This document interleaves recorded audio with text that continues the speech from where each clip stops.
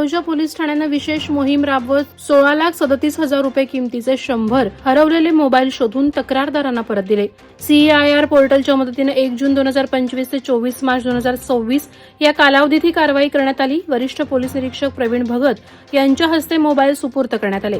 या मोहिमेत पोलीस उपनिरीक्षक ज्ञानोबा धुळगंडे आणि त्यांच्या पथकाची महत्त्वपूर्ण भूमिका होती. या उपक्रमामुळे नागरिकांचा पोलिसांवरील विश्वास अधिक दृढ झालाय. कळंबोली येथील पत्रकार शैलेश चव्हाण या बांधकाम व्यावसायिकाकडून जीवे मारण्याची धमकी दिल्याची घटना उघडकीस आली आहे. बांधकाम व्यावसायिक वाजिद शेखने शिवीगाळ आणि धक्काबुक्की करत गाडीखाली चिरडून टाकेन अशी धमकी दिल्याचं समोर आलं. या प्रकारानंतर परिसरात संताप व्यक्त होत असून आरोपी विरुद्ध कठोर कारवाईची मागणी होत आहे. पोलिसांनी अदखलपात्र गुन्हा नोंदवला असून पुढील तपास सुरू आहे. मुंबई पुणे जुन्या महामार्गावरील बोरघाटात क्रेटा कारला भीषण आग लागून वाहन पूर्णपणे जळून खाक झाले. चालक नितीन साळुंखे यांनी प्रसंगावधान राखत वेळेत कार थांबवून बाहेर पडल्याने जीवितहानी टळली. खोपोली अग्निशमन दल आणि अन्य पथके घटनास्थळी दाखल होत आगीवर नियंत्रण मिळवलं.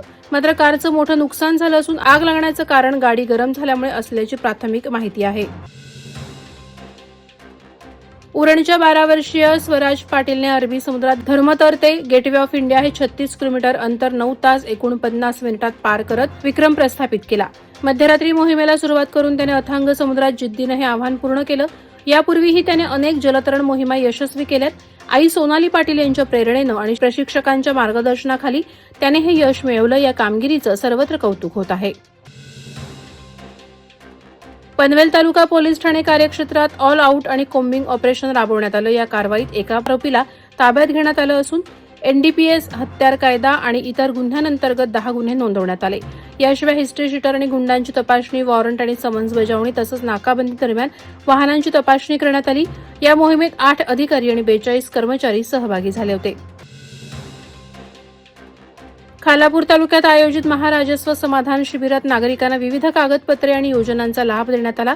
उपविभागीय अधिकारी प्रकाश संगपाळ यांनी शासनाच्या योजनांची माहिती देत जनतेपर्यंत सेवा पोहोचवण्यावर भर दिला.